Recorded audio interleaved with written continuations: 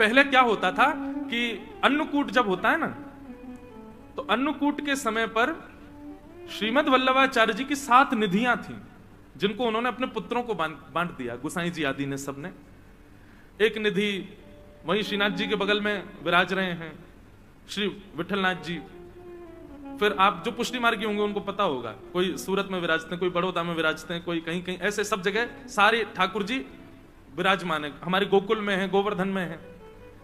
तो अन्नकूट के समय पे क्या होता था, 7 ठाकुर जी नाथ द्वार आते थे और श्रीनाथ जी के ही अगल बगल में 7 ठाकुर जी एक सिंहासन पर विराजते और एक साथ सबका अन्नकूट होता था। बहुत ध्यान से सुनिएगा। आज भी नाथ द्वार में नियम है कि जब ठाकुर जी का भोग लगता है ना, तो ऊपर अटारी पर बैठ करके सेनाई बजाई जाती है, नगाड़े बजाए जाते हैं, समझ जाओ कि ठाकुर जी का भोग लग रहा है। तो अन्नकूट के समय पर 7 ठाकुर जी आए और श्रीनाथ जी के सामने अन्नकूट रखा गया। बढ़िया प्रेम से ठाकुर जी ने आरोगने के बाद अन्नकूट आदि सब समेट दिया। 7 निधि अपने अपने स्थान को चले गए। तो एक दिन रात्रि में शयन कराने के बाद जैसे ही मुखिया जी, जो पुजारी जी हैं, वो अपने शयन में गए, तो ठाकुर जी स्वप्न में आ गए श्रीनाथ जी, और स्वप्न में ऐसे आके बैठ गए रूठ के। तो गुसाई जी बोले, मुखिया जी बोले, जय जय, कहां भयो, आप उदास लग रहे हो, तो कमी रह गई, कल तो अन्नकूट पायो आपने, चकाचक भोजन किया है, अब तो आनंद आ रहा होगा। श्रीनाथ जी बोले, मेरो पेट ना भरो, यही मारे तुम्हें दुखी है रहूं। बोले क्यों, पेट क्यों ना भरो? बोले अब इतनी सारी सामग्री सामने रखी, लेकिन वो 7 मेरे बगल में बैठे, एक यहां बैठो, एक वहां बैठो, सबरे इतने सारे बैठे, मुंह को तो खावे में संकोच आ रहा, मैं खा रहा हूं तो मुंह को यूं लग रही, यूं सोच रहा हूं कैसे खा रहा है, कैसे भर भर के खा रहा है, या हमारे में तो आराम। अब जैसे आप भोजन करो, निश्चित है रेस्टोरेंट में जब जाते हैं भोजन करने तब की स्थिति और घर में जब करते हैं तब की स्थिति अलग होती है। कई लोग होते हैं बाहर जाएंगे तो चम्मच लेंगे, जे लेंगे और बड़े ऐसे खाएंगे जैसे कितने साफ सुथरे हैं, और घर में जब आ जाते हैं तो बनाए महाराज चावल के पहाड़, बीच में कर दिया गड्ढा, उसी में सब्जी, उसी में दाल, उसी में पापड़, उसी में दही। एक हमारे साथ एक पंडित जी हैं, वो विचित्र हैं, वो चावल में दाल डालते हैं, फिर घी डालते हैं, फिर चीनी डालते हैं। दाल चीनी, घी चीनी डाल के कौन खाता भाई, हैं विशिष्ट ऐसे ऐसे पंडित जी हमारे।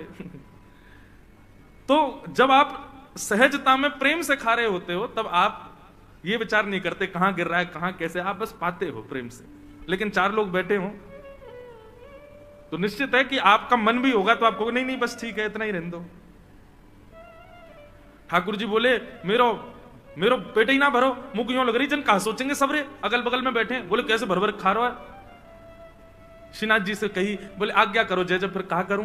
बोले एक काम करो, मेरो एक और अन्नकूट करो, और अब की बार कोई को बताइयो मत, एक गुपचुप अन्नकूट करो। और सुनो, ये जो तुम अटारी पे नगाड़े वारे बैठा दे, कहो सबरी पूरी दुनिया पे तो चल जाए कि मैं भोजन कर रहा हूं, इनको भी अंदर कमरा में बैठा दो, कोई को पता नहीं चलना चाहिए मेरा अन्नकूट है रो। तो इसलिए नाथ द्वार में आज भी 2 बार अन्नकूट होता है। एक बार तो पूरे विश्व को पता रहता है कि ठाकुर जी का अन्नकूट हो रहा है, और एक बार पड़ोसियों को भी नहीं पता होता और श्रीनाथ जी का अन्नकूट हो जाता है।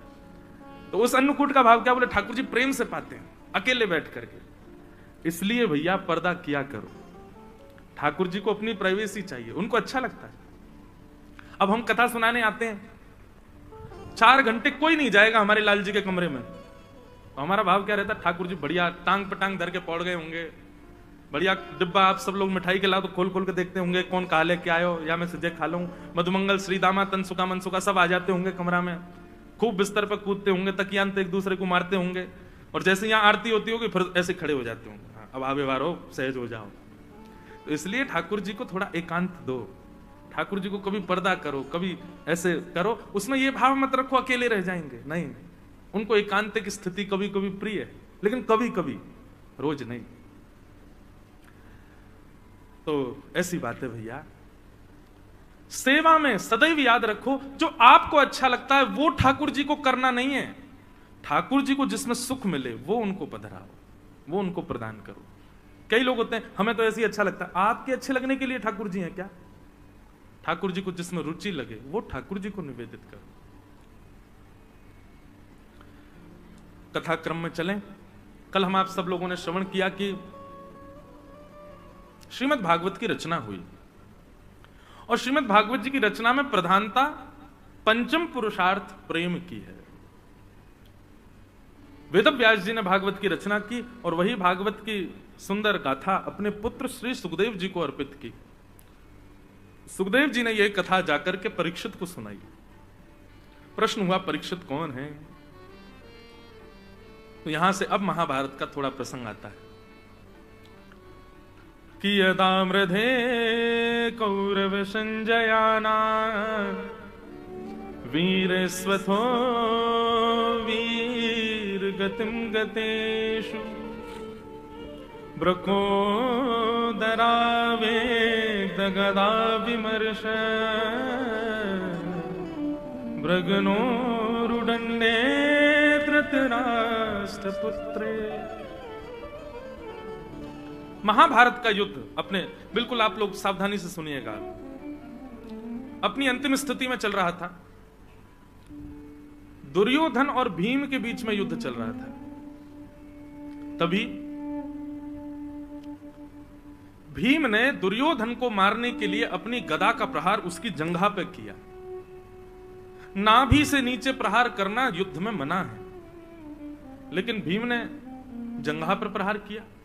क्यों? सबको कथा पता है कि दुर्योधन का पूरा अंग जो है ना वो लोहे के समान है, उसको मारा नहीं जा सकता। केवल उसके जंघा का भाग ही है, उसका कटी भाग ही एकमात्र है जो चैतन्य हमारी तरह है। बाकी उसका सर्वांगीण अंग दिखता हमारे जैसा है, लेकिन वो पूरा लोहे का है। क्योंकि गांधारी ने अपने संपूर्ण जीवन के नेत्रों की ऊर्जा अपने पुत्र को देखने के लिए निर्वस्त्र अवस्था में देख लिया था, लेकिन भगवान ने आकर के ऐसी युक्ति की कि दुर्योधन से कहा, अरे निर्वस्त्र जाओगे मां के सामने, कम से कम एक कौपीन तो धारण कर लो। तो केले का पत्ता आगे लगा लिया। जैसे गांधारी ने नेत्र खोल करके देखा, संपूर्ण अंग लोहे का हो गया, लेकिन उसकी जंघा का भाग जो है वो रह गया। गांधारी ने डांटा, बोले ये तू केले का पत्ता लपेट के क्यों आया? बोले मां आपके सामने निर्वस्त्र थोड़ी आऊंगा। वही दुर्योधन के वध का कारण बना। भीम ने अपनी गदा का प्रहार दुर्योधन की जंघा पर किया और जंघा टूटते ही दुर्योधन गिर पड़ा। महाभारत का युद्ध पांडव जीत गए। पांडव अपने विजय का आनंद कर रहे थे। भगवान ने संपूर्ण पांडवों को उत्सव मनाने के लिए कहा कि कल उत्सव मनाएंगे, अभी रात्रि विश्राम करो। लेकिन तभी अर्धरात्रि में दुर्योधन ने गुरुपुत्र अश्वत्थामा को भेज दिया, जाओ सोते हुए पांचों पांडवों को मार दो। यदि हम हस्तिनापुर की गद्दी पर नहीं बैठेंगे तो ये भी नहीं बैठेंगे।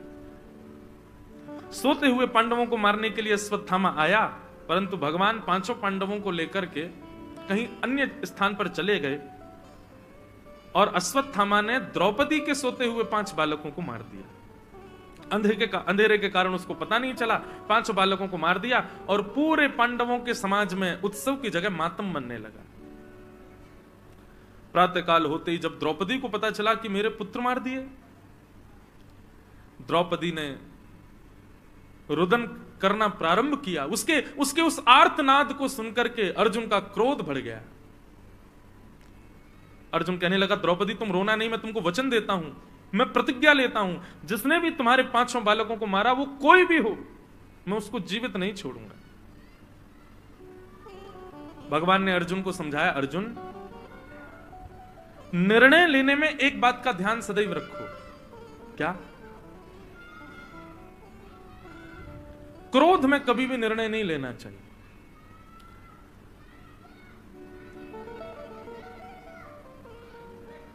सब लोग सावधानी से सुनो, इधर देखो। क्या बता रहा था मैं? क्रोध में खेल रहे हैं क्या बच्चे? वाह भैया। तो मैं ये कह रहा था, क्रोध में निर्णय नहीं। जो लोग कहते हैं महाराज जी क्रोध कम करना चाहते हैं, क्या करें, क्रोध कैसे कम होगा? 2 उपाय हैं। पहला, जैसे ही क्रोध आए मौन हो जाओ। भाई थोड़ा तो कुछ करना पड़ेगा। अब आप चाह रहे हो कि कोई जड़ी बूटी मिल जाए उससे क्रोध कम हो जाए, तो ऐसे तो होगा नहीं। थोड़ी प्रक्रिया तो आपको करनी पड़ेगी। तो जब क्रोध आए तब मौन हो जाओ, बोलो नहीं। क्योंकि क्रोध का सबसे पहला प्रभाव, दुष्प्रभाव आपकी जीभ पर होता है। और उस समय आप ऐसी भाषा का भी प्रयोग कर देते हैं जो आपने कभी नहीं बोली है। देखो, या तो जीवन में सत्संग इतना होना चाहिए कि क्रोध भी आए तो आपकी भाषा डगमगाए ना, लेकिन इतना सत्संग जीवन में नहीं है, इतना हमने अभी सत्संग किया नहीं है, तो क्रोध आने पर अपनी जीव को शांत कर लो, बस मौन हो जाओ, कैसे भी करके टेप लगा लो, मुट्ठियां बांध लो, बोले बोलना नहीं है कुछ भी, बस। दूसरी बात, क्रोध में कुछ भी हो जाए पर कभी भी कोई निर्णय मत लीजिए, क्योंकि क्रोध के समय पर आपका सर्वांगीण अंग, आपके समस्त विचार, आपकी हर स्थिति तामसिक हो जाती है, और तामसिक स्थिति में जब आप निर्णय लेते हैं तो वो आपका कभी कल्याण नहीं करेगी। आज तक भी कई लोग पछताते हैं कि हमने उस समय ऐसा निर्णय क्यों लिया, क्रोध के कारण हमने ऐसा क्यों बोला, वो क्षमा मांगते हैं, बाद में बोध होता है उनको कि हम गलत थे। इसलिए क्रोध में भैया ये दो काम कर लो, एक तो मौन हो जाओ, दूसरी बात कोई निर्णय मत लीजिए। निर्णय तभी लीजिए जब आपका क्रोध शांत हो जाए। क्रोध कैसा होना चाहिए, मैं अपनी कथाओं में कहा करता हूं, जल के जैसा।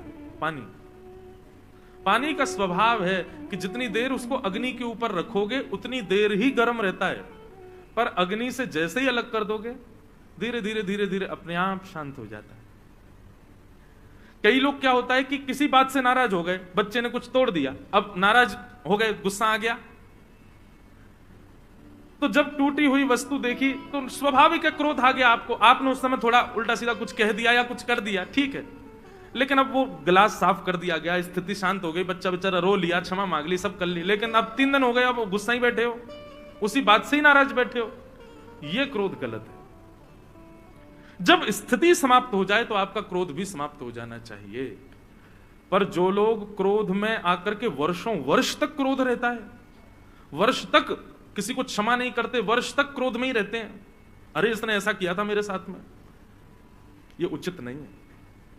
क्रोध जल के जैसा होना चाहिए, आपका स्वभाव जल के जैसा होना चाहिए। ताप लगी है तो गर्म हो गए, लेकिन ताप से आपको कोई विलक करे तो अपने आप शांत हो जाओ। क्रोध में निर्णय मत लीजिएगा। अर्जुन को भगवान रोकने लगे, अर्जुन निर्णय मत लो, लेकिन अर्जुन नहीं माना। पांडव पक्ष के 3 लोग बचे थे, उनमें से एक अश्वत्थामा था, अश्वत्थामा को पकड़ करके अर्जुन ने बंदी बना दिया और द्रौपदी के सामने प्रस्तुत कर दिया, बोले ये है तुम्हारे बालकों का हत्यारा। अपनी तलवार लेकर के खड़े हो गए अर्जुन और बोले आज्ञा करो द्रौपदी, मैं इसका सर धड़ से अलग करने वाला हूं, तुम्हारी कोई और इच्छा हो तो बताओ, यही है तुम्हारे बालकों का हत्यारा। जैसे ही द्रौपदी ने अश्वत्थामा को देखा, द्रौपदी ने अर्जुन के आगे हाथ जोड़ लिए, बोले अर्जुन इसको मत मारो। क्यों ना मारे? कि उवाच चास हन्तस्य वंधनानयनम सतम मुच्यतामेष ब्राह्मणो नितराम गुरु। हम क्षत्रिय हैं अर्जुन, और ये ब्राह्मण है, और ब्राह्मण के साथ साथ भी ये हमारे गुरु का बेटा है। गुरु पुत्र गुरु के समान होता है, इसको मत मारो। पहला कारण इसको इसलिए मत मारो क्योंकि हम ब्राह्मण नहीं, हम क्षत्रिय हैं और ये ब्राह्मण है। दूसरा कारण इसलिए इसको मत मारो क्योंकि ये गुरु का बेटा है। और तीसरा कारण इसलिए मत मारो क्योंकि ये अपनी मां का इकलौता पुत्र है। इसकी मां विधवा पहले ही हो चुकी है, पति का सहारा नहीं है, और अब इसको भी मार दोगे तो इसकी मां को पुत्र का भी सहारा नहीं रहेगा, अकेली कैसे रहेगी? मेरे 5 पुत्र मर गए पर मेरे 5 पति तो जीवित है ना, इसको मत मारो। लेकिन फिर भी अर्जुन आप चाहते हैं कि इसको मारना है तो मार दीजिए, लेकिन शर्त होगी क्या? इसको मारते ही मुझे मेरे 5 बालक जीवित चाहिए। ऐसा हो पाएगा? नहीं। द्रौपदी की बात में धर्मम न्यायम शकरुणम निर्वलीकम शमम महत, ये 5 बातें हैं। कोई भी निर्णय लेने वाले व्यक्ति को इन 5 बातों का ध्यान रखना चाहिए कि धर्म क्या कहता है, कहीं मेरा निर्णय अधर्म का पक्षधर तो नहीं। किसी भी प्रतिज्ञा लेने वाले व्यक्ति को न्याय का विचार करना चाहिए, मैं जो प्रतिज्ञा लूंगा उससे न्याय होगा कि नहीं। तीसरी बात, अपनी किसी भी प्रकार की प्रतिज्ञा में दया को जरूर स्थान दीजिएगा, थोड़ा दया पक्ष भी रखिएगा, निर्दयी मत हो जाइएगा। ध्यान रखिए इन बातों को। सबसे पहली बात धर्म का ध्यान रखिएगा, दूसरी बात न्याय होना चाहिए, तीसरी बात करुणा यानी कि दया होनी चाहिए। चौथी बात, निर्वलीकम मतलब निष्कपटता, एक पक्ष के प्रति आपका कपट भाव नहीं दिखना चाहिए। और पांचवी बात, समत्व, दंड का अधिकारी अपना पुत्र भी हो तो दीजिए, वहां पर आप मोहवश उसको मुक्त कराने का प्रयास मत कीजिए। ये 5 बातों का हर व्यक्ति को ध्यान रखना चाहिए कोई भी प्रतिज्ञा लेने से पहले। धर्मम न्यायम शकरुणम निर्वलीकम समम महत। द्रौपदी की बात में ये 5 चीजें थी, धर्म भी था, न्याय भी था, दया भी थी। द्रौपदी कहती है इसको मत मारो क्योंकि ये ब्राह्मण है और हम क्षत्रिय हैं, हम क्षत्रियों के लिए ब्राह्मण सदैव पूजनीय होते हैं। इसको मत मारो क्योंकि ये गुरु का बेटा है। गुरु जिसने तुमको धनुष उठाना सिखाया, जिसने तलवार उठाना सिखाया, जिसने बोलना चलना लड़ना सिखाया, उस गुरु की दक्षिणा के रूप में पुत्र को मारोगे, इसको मत मारो। तीसरी बात, ये अपनी मां का इकलौता पुत्र है। बंधुओं, धर्म कहता है कि आप जिस मार्ग से निकले हो उस मार्ग में कितनी रुकावटें, कितने कांटे, कितने गड्ढे आए हैं, यह पीछे आने वालों को बता दीजिए ताकि उनको वो कष्ट ना सहना पड़े। लेकिन हम लोग उल्टे हैं। हमसे कोई पूछे आप केदारनाथ गए थे, आपकी यात्रा कैसी रही? अब केदारनाथ जाने में महाराज प्राण तो निकल गए हमारे, बस में ऐसी हालत हो गई, हेलीकॉप्टर में ये आओ, फिर वहां ऊपर खच्चरों ने तो फिसल फिसल के हाथ पांव तोड़ दिए, पर दर्शन में भी कोई स्थिति नहीं, वहां पे ऊपर कोई व्यवस्था नहीं थी, और महाराज सर्दी जुकाम हो गया, गर्म पानी नहाने को नहीं मिला, भीड़ के कारण हाथ पांव सब हमारे दब गए, पिच गए। स्थिति तो ऐसी हुई। लेकिन किसी ने पूछा कैसी रही यात्रा? हम भी बना रहे हैं अगले महीने जाने का। बहुत बढ़िया, एक नंबर।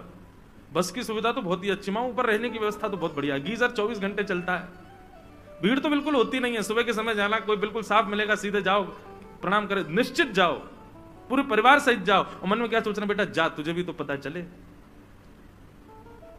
नहीं, अगर हमको किसी मार्ग पर कष्ट हुआ है तो चाहिए कि पीछे उस मार्ग पर जो आ रहे हैं उनको सावधान किया जाए।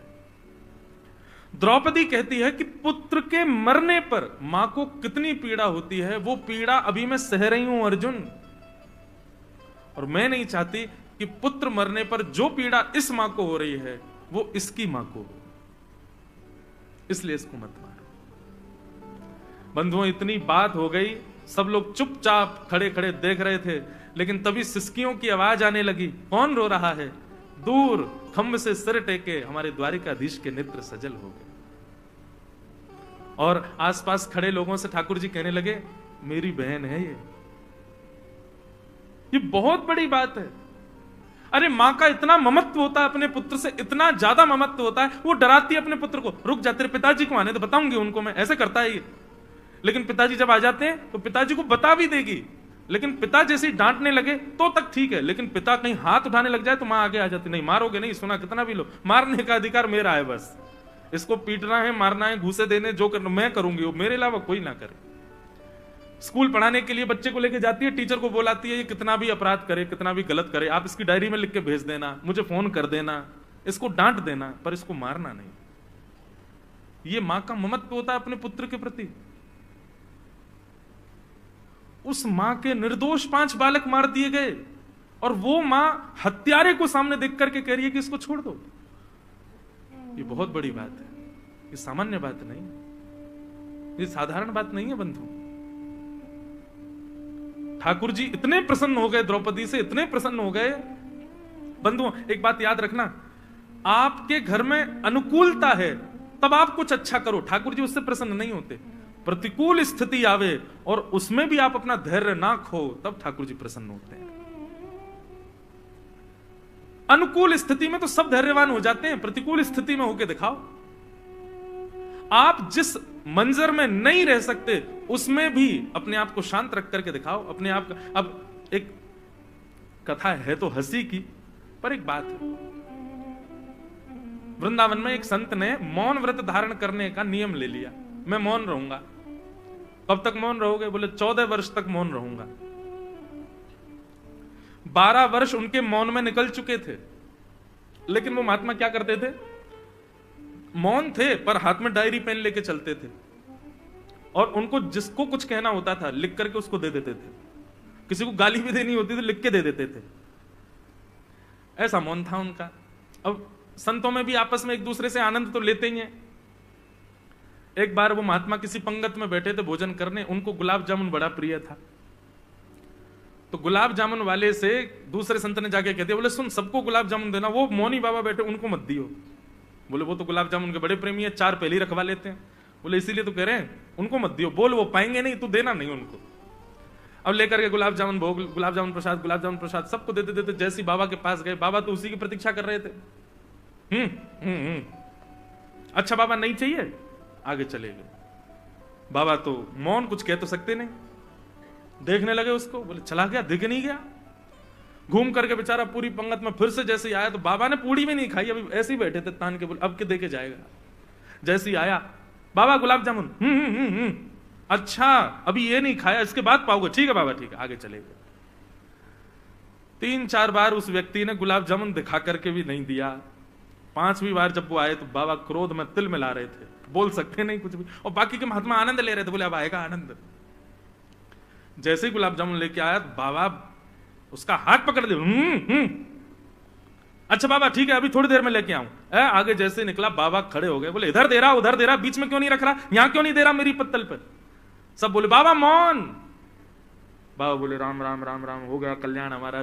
14 वर्ष का मौन 12 वर्ष में टूट टाट गया। सब ने आकर के हृदय से लगाया, बोले अब 12 साल का ही रहने दो बाबा, प्रेम से गुलाब जामुन पाओ। प्रतिकूल स्थिति में अपने आप को संयमित रखना यह परीक्षा है। अनुकूल स्थिति में तो कोई भी रह लेगा, अनुकूल स्थिति में तो अपने ऊपर संयम कोई भी कर लेगा, प्रतिकूल में करके दिखाओ। जब दूसरों पे आती है तो सब उपदेश देने पहुंच जाते हैं, ऐसा करो अरे राम राम, ऐसा नहीं तुमको ऐसा करना था, ऐसा नहीं तुमको ऐसा करना था, ओहो तुमने ये गलती कर दी इसीलिए ऐसा हुआ है। लेकिन जब वही घटना खुद के ऊपर आ जाती है तो सब भूल जाते हैं, हम लोग निकल जाते हैं सब बाहर, कुछ नहीं कर पाते। लेकिन द्रौपदी की कितनी श्रेष्ठ बात, अपने बालकों के हत्यारे के लिए भी वहां पर वो धर्म का विचार कर रही है, न्याय का विचार कर रही है, करुणा का विचार कर रही है, समता का विचार कर रही है, निष्कपटता का विचार कर रही है, एक मां की पीड़ा का विचार कर रही है, उसके ब्राह्मणत्व का विचार कर रही है, वो गुरु का बेटा है इस बात का विचार कर रही है। कोई रीझा हो चाहे ना रीझा हो, पर श्याम सुंदर रीझ गए द्रौपदी से। क्रिया सदैव ऐसी करो जिससे ठाकुर जी प्रसन्न हो। हम लोगों की ऐसी कभी कभी ओछी हरकतें हो जाती हैं कि केवल 4 लोगों को खुश करने के लिए हम वो काम कर देते हैं। नहीं, क्रिया सदैव ऐसी करो जिससे श्याम सुंदर प्रसन्न हो। द्रौपदी पर भगवान रीझ गए। अर्जुन ने भगवान से पूछा, भगवान आप ही बताओ मैं क्या करूं। भगवान बोले, ब्रह्म बंधुर न हंतव्य आतताई बधारह। अर्जुन, ब्राह्मण कैसा भी क्यों ना हो उसको मारना नहीं चाहिए, परंतु बालकों का हत्यारा कोई भी क्यों ना हो उसको छोड़ना नहीं चाहिए। अश्वत्थामा ब्राह्मण है इसलिए इसको मारना नहीं है, अश्वत्थामा छोटे बालकों का हत्यारा इसलिए इसको छोड़ना भी नहीं। अर्जुन समझ गए मुझे क्या करना है, मतलब मृत्यु दंड से भी कोई बड़ा दंड इसको देना है। और बंधुओं आज आप स्पष्ट सुन लीजिएगा, मृत्यु दंड से भी एक बड़ा दंड होता है। क्या? प्रतिष्ठित व्यक्ति का भरे समाज में अपमान। ये मृत्यु दंड से भी बड़ा दंड है। और एक और बात कहें, बहुत सम्मान की इच्छा रखने वाले व्यक्ति के लिए मृत्यु दंड से भी बड़ा है दंड उसका अपमान हो जाना। और ऐसा व्यक्ति जब तक मरता नहीं तब तक अपने अपमान की अग्नि में जलता रहता है। मृत्यु को प्राप्त करने वाला व्यक्ति 5-6 घंटे में फिर भी चिता में जल जाता है, परंतु अपमान के अग्नि में जलने वाला व्यक्ति जीवन पर्यंत जलता रहता है। भगवान ने कहा, ये गुरुपुत्र है, इसको बहुत सम्मान मिला है, इसकी सब रेस्पेक्ट बहुत करते हैं। आज वही समाज इसके सामने खड़ा है जो इसका सम्मान करता है, सबके सामने इसका अपमान करो, यही इसका दंड है। आधी मूंछ, आधी दाढ़ी और आधे केश मूड़ करके अर्जुन ने उसकी ब्रह्म तेज की मणि को निकाल करके धक्के देकर के सभा से बाहर कर दिया। बोले यही उचित दंड है इसके लिए। अश्वत्थामा, अपमान हो गया अश्वत्थामा का। भगवान अब कहने लगे, भैया आप सब लोग अब अपने हस्तिनापुर की गद्दी संभालो, सब लोग व्यवस्थित हो जाओ, मैं द्वारिका जा रहा हूं। जैसे ठाकुर जी द्वारिका के लिए प्रस्थान करने लगे, इतने में ही बंधुओं अश्वत्थामा ने अर्जुन की पुत्र वधू उत्तरा के गर्भस्थ शिशु को मारने के लिए ब्रह्मास्त्र छोड़ दिया। आकाश में ब्रह्मास्त्र देख करके उत्तरा दौड़ी दौड़ी भगवान के रथ के पास गई। भगवान द्वारिका को जा रहे थे कि पाहि पाहि महायोगिन देव देव जगतपते नान्यम तद्भयम पश्ये यत्र मृत्यु परस्परम। त्राहि माम द्वारिकाधीश, मेरी रक्षा करो। भगवान ने तुरंत अपना रथ रोका, उतर करके आए, देखा उत्तरा दौड़ी दौड़ी आ रही है। उत्तरा को तुरंत भगवान ने पूछा, क्या बात है उत्तरा, क्यों रो रही हो? उत्तरा ने कहा, देखिए ना भगवान, अश्वत्थामा ने ब्रह्मास्त्र छोड़ दिया आकाश में मेरे गर्व को मारने के लिए। मेरा गर्व भले ही, मुझे भले ही कुछ भी हो जाए, मेरे गर्व को बचा लो भगवान। मेरे पति को इन लोगों ने पहले ही चक्रव्यूह में फंसा करके मार दिया, कम से कम मैं अपने बालक को जन्म दूं, यह श्रेष्ठता तो मुझे प्राप्त हो। भगवान आप मेरी रक्षा करो। सबके मध्य आकर के उत्तरा ने जब भगवान से प्रार्थना की, ठाकुर जी एक रूप से तो बाहर खड़े थे, अदृश्य रूप से उत्तरा के गर्भ में प्रवेश करके भगवान ने उसके गर्भस्थ शिशु की रक्षा की। आकाश में देखते ही देखते ब्रह्मास्त्र नष्ट हो गया और किसी को पता नहीं चला कि यह ब्रह्मास्त्र नष्ट हुआ कैसे। सब लोग आश्चर्य करने लगे, बोले कुछ हुआ तो है नहीं। ठाकुर जी बाहर खड़े हैं, पांचों पांडव अपने स्थान पर खड़े हैं, उत्तरा आकर के भगवान से प्रार्थना कर रही है और केवल इतनी देर में ब्रह्मास्त्र नष्ट हो गया। इस ब्रह्मास्त्र को नष्ट किया किसने? कोई नहीं पहचान पाया। लेकिन बंधुओं, कितनी अच्छी बात, ब्रह्मास्त्र जैसे ही नष्ट हुआ, आकाश की ओर सब लोग आश्चर्यचकित होकर देख रहे थे, कैसे नष्ट हुआ ब्रह्मास्त्र। ठाकुर जी ताली बजाने लगे, बोले जय हो जय हो जय हो। सब बोले क्या हुआ भगवान? बोले उत्तरा के भजन के प्रताप ने, उत्तरा के पातिव्रत धर्म ने, उत्तरा की धर्म नैष्ठिकता ने देखो ब्रह्मास्त्र को आकाश में नष्ट कर दिया। समझ में आई बात? नष्ट तो ठाकुर जी ने किया, लेकिन श्रेय पूरा उत्तरा को दे दिया। उत्तरा ने किया, उत्तरा के भजन बल ने किया। आप जाते हो मंदिर में जाकर के सोने का छत्र चढ़ा करके आए, पूरा मंदिर ताली बजाता, वाह वाह वाह भैया देखो इन्होंने सोने का छत्र चढ़ाया। ठाकुर जी मंद मंद मुस्काते हैं, क्यों? बोले बल तो हमने ही दिया, हमने ही योग्यता प्रकट करी, हमने ही ऐसी व्यवस्था करी कि ये सब छत्र आदि जो भी इसने चढ़ाया या जो भी सेवा इसने की वो ये कर पाया, पर श्रेय सारा इसी को ही मिल गया। ये ठाकुर जी का स्वभाव है बंधु। अब यहां की बात नहीं, पर कहीं भी कोई कथा कराए, बहुत बड़ी कथा हो, दसों हजार लोग आ रहे हैं कथा में, सबका भोजन प्रसाद आदि, तो कई जगह क्या होता है, यजमान लोग आते हैं, महाराज जी कोई अब व्यवस्था तो नहीं मिलेगी। नहीं, आपको पता है महाराज जी 20,000 लोग रोज भोजन कर रहे हैं, सबके लिए एक टांग पर खड़े होकर सबकी व्यवस्था देख रहा हूं। हम मंद मंद मुस्कुराते, मैंने अच्छा जी आप देख रहे हैं महाराज जी, एक भी श्रोता को कोई दिक्कत नहीं होती, बीच में पानी घूमता है सबके लिए, जल पियो सबके लिए। मैंने देखो क्या बढ़िया एसी लगवाए हैं पूरे पंडाल में। होता है कई जगह लोग बाग ऐसा बताते हैं बहुत। तब मुझे यही प्रसंग याद आता है, करता तो सब ठाकुर जी हैं, पर ठाकुर जी का स्वभाव कैसा है, क्रेडिट हमको ही दे देते हैं कि तुमने किया, पर हमारी सामर्थ्य कुछ नहीं है। और इसका सीधा प्रमाण है हमारे बर्बरीक जी श्री खाटू श्याम जी। उनसे जब पूछा गया कि महाभारत युद्ध का सबसे श्रेष्ठ योद्धा कौन था, युधिष्ठिर अपने धनुष को देखने लगा, मेरा नाम लेंगे? अर्जुन बोला गांडीव धनुषधारी तो मैं ही हूं, मेरा नाम लिया जाएगा। सब लोग अपनी अपनी छाती चौड़ा रहे थे, लेकिन बर्बरीक जी के नेत्रों में आंसू आ गए। बोले महाभारत युद्ध का सबसे श्रेष्ठ योद्धा कोई था तो योगेश्वर कृष्ण। युधिष्ठिर आदि बोले हैं ये कन्हैया? बोले हाँ। अरे आप भूल गए लगते हैं, इन्होंने तो शस्त्र भी नहीं उठाया पूरे युद्ध में। बोले इसीलिए तो आप सब योद्धाओं को तो शस्त्र की भी आवश्यकता है, पर ये बिना शस्त्र के ही सबको मार रहे थे। और वास्तविकता में पूछो अर्जुन, तो जितनों को तुमने मारा वो सब मरे मराए थे पहले से ही। ठाकुर जी ने जिस दिन सोच लिया कि इसकी मृत्यु हो, उसी दिन मर गया, केवल छोड़ रखा कि अर्जुन बाण मारेगा तो श्रेय अर्जुन को मिलेगा। मृत्यु तो पहले हो चुकी थी महाभारत के योद्धाओं की, एक कौरव पहले ही मारे जा चुके। जिस दिन भगवान शांति प्रस्ताव लेकर के गए और दुर्योधन ने कहा सुच्चग्रैवन दास्यामि बिना युद्धेन केशव, सुई की नोक के बराबर जमीन भी युद्ध के बिना नहीं दूंगा, वास्तव में तो ये कौरव उसी दिन मर गए थे सारे। ठाकुर जी सोच ले इसको मारने के लिए कुछ क्रिया करने की आवश्यकता है नहीं, वो सोच भर लें फिर तो मृत्यु निश्चित है।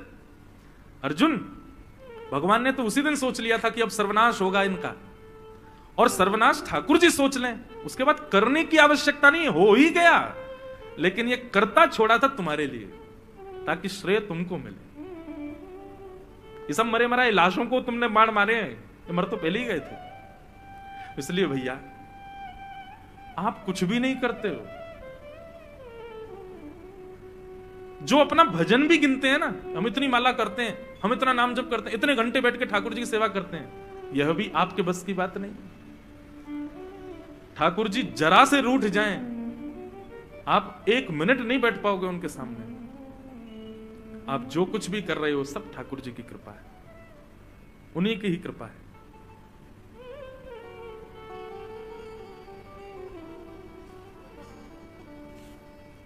भगवान ने श्रेय दे दिया उत्तरा को।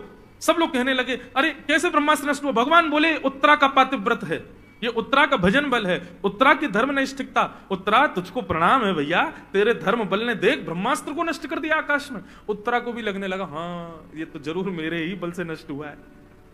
ठाकुर जी मंद मंद मुस्काने लगे, सब उत्तरा की प्रशंसा करने लगे, लेकिन कोने में खड़ी कुंती बुआ भगवान को देख रही थी। पास आई भगवान के, ठाकुर जी बोले कहो बुआ, देखो कैसी बहू आपके घर में उत्तरा, इसका भजन बल, इसका धर्म बल, इसकी पातिव्रत सेवा, इस सबके बल से देखिए आज इसने ब्रह्मास्त्र को नष्ट कर दिया। कुंती बोली ठाकुर जी आप कितने चतुर हो, मैं ये गहराई नाप नहीं पा रही हूं, आप बहुत चतुर हो। ठाकुर जी बोले क्यों, ऐसा क्यों कह रही हो? बोले मुझे सब पता है, उत्तरा के गर्भ के शिशु को उसके धर्म बल ने नहीं बचाया। यदि उसका धर्म बल भजन बल में इतनी सामर्थ होती ना तो अभिमन्यु जीवित खड़ा होता है यहां पर। जिस अभिमन्यु को चक्रव्यूह से नहीं बचा पाया कोई, उस उत्तरा का बल इतना हो गया कि वो अपने गर्भ के बालक को ब्रह्मास्त्र से बचा लेगी, अपने पति को बचा लेती। ये सब आपकी कृपा है। आप एक रूप से बाहर खड़े थे और दूसरे अदृश्य रूप से आपने भीतर प्रवेश किया और भीतर जाकर के अपनी गदा को घुमाया है, उसी के बल से ही ये नष्ट हुआ है और श्रेय दे रहे उत्तरा को। ठाकुर जी तुरंत गए, कुंती बुआ का मुंह बंद कर दिया, चुप रहो बुआ, काय को पोल खोल रही है, लगे रहने दो, देखो सब देखो उत्तरा की प्रशंसा कर रहे हैं। कुंती एकांत में ठाकुर जी को ले गई और बोली अब मेरी बात सुनिए, मुझे आपकी स्तुति करनी है भगवान। और कुंती ने भगवान की प्रथम, श्रीमद् भागवत की सबसे पहली स्तुति है कुंती स्तुति। भक्त ठाकुर जी के भेद को पहचान जाते हैं भगवान। ठाकुर जी सबसे छुपा लेंगे अपनी क्रियाओं को, लेकिन एक वैष्णव से नहीं छुपा सकते। ठाकुर जी की हर लीला वैष्णव खोज लेता है। कुंती ने भगवान की स्तुति गाई, बहुत सुंदर स्तुति है कुंती की। कुंती भगवान से कह रही है कि नमस्ये पुरुषम त्वाद्यम ईश्वरम प्रकृते परम अलक्ष्यम सर्वभूतानां अंतर्बहिर्वस्थितम। हे नाथ, आप पूरे जगत कारण हो, आप साक्षात भगवान हो, मैं आपको प्रणाम करती हूं, मैं आपको नमस्कार करती हूं। कुंती ने बंधुओं अपनी स्तुति में एक बात सिद्ध कर दी। हम सब वैष्णवों को कुंती संकेत करते हुए कहती है कि एक भक्त भगवान को कुछ नहीं दे सकता, कुछ भी नहीं। केवल एक वस्तु आप ठाकुर जी को दे सकते हो, क्या? दोनों हाथ जोड़ करके सर झुका के आप केवल नमन कर सकते हो। इसके अतिरिक्त जो कुछ भी आप ठाकुर जी को दे रहे हो वो ठाकुर जी की कृपा से आपको प्राप्त है। नमन, नमन का मतलब क्या होता है? अब ये मन मेरा नहीं है ठाकुर जी, ये मन पर वश आपका है, इसलिए नमन। ये सर झुका के नमस्कार करना, केवल इसके अतिरिक्त आप कुछ भी ठाकुर जी को नहीं देते। जो भी दे रहे हो एक प्रकार से ऐसा समझ लो, आप मेरे घर आए और आपने सोचा खाली आता है यार कुछ तो दें महाराज जी को, तो मेरे ही घर में लगे हुए चित्र को उतारा, पहुंच दिया और मुझे कहा महाराज जी आपके घर पधारे, लीजिए आपके लिए भेंट लेके आए। अब मैंने देखी, मैंने यार ये तो मेरे ही डाइनिंग हॉल की चित्र पेंटिंग है, तुमने उतार के मुझको ही दे दी। ठाकुर जी ले लीजिए ना, अब ऐसा मत किए, हमने दिया है, आप इसको मान लीजिए हमारी तरफ से एक उपहार। यही होता है हमारे और आपके साथ जब हम मंदिर में जाते हैं, प्रसाद चढ़ाएं, फूल चढ़ाएं, पुष्प चढ़ाएं, और सबसे बड़ी बात ये जो लोग 2000 की नोट निकाल के ऐसे घुमाते ठाकुर जी के आगे यूं, और यूं घुमा के जब चढ़ा देते हैं तो ठाकुर जी कहते हैं देख बगल में लक्ष्मी खड़ी है मेरे, धन की अधिष्ठात्री, मैंने कृपा करके इसको दिया, मैंने ही कृपा करके इसको इतना बल दिया कि ये पुष्प ला सके। ये पुष्प भी मेरी ही कृपा से प्रकट हुए बगीचे में। ये पुष्प को बनाने वाले मालिक के ऊपर भी मेरी कृपा है। इसमें जो धागा है उसमें भी मेरा ही बल है। उसको पैसे से खरीद करके लाया वो धन भी मेरी पत्नी लक्ष्मी है। लेकर के आया है, जो लेके आया वो भी मैं ही हूं। और आकर के मेरे सामने ऑफर करते हुए अपना श्रेय ले रहा है। आप कुछ नहीं करते ठाकुर जी के लिए, केवल आप नमस्कार करते हो बस। ये दो हाथ जोड़ करके जो आप दीन होते हो ना, बस इसके अतिरिक्त आप और कुछ नहीं दे सकते ठाकुर जी को। कुंती ने यही कहा कि नाथ हम आपको कुछ नहीं दे सकते, केवल नमन कर सकते हैं। तो इसका मतलब ये नहीं है, अब कई कंजूस लोग भी तो बहुत हैं हमारे संसार में। कई लोग आ जाएंगे, महाराज जी आप ही तो कह रहे थे ठाकुर जी की सब वस्तु ठाकुर जी को, काय को 56 भोग लगा मैं ठाकुर जी को, काय को फूल का बंगला लगा मैं ठाकुर जी का, काय को सजावट करें ठाकुर जी की, सब ठाकुर जी तो कर रहे हैं, तो फिर हम लोगों को तो बिल्कुल नमस्कार ही करना चाहिए, नमन ही करना चाहिए, दान पेटी वगैरह सब हटा दो मंदिरों से, इनकी भी क्या आवश्यकता है, ठाकुर जी तो सब है ही है ठाकुर जी का। कई लोग कथा के दो अर्थ निकालने वाले भी होते हैं ना। भाई देखो, ये 56 भोग ठाकुर जी को क्यों लगाया जाता है? हे ठाकुर जी, इस विश्व में 8 अरब लोग हैं।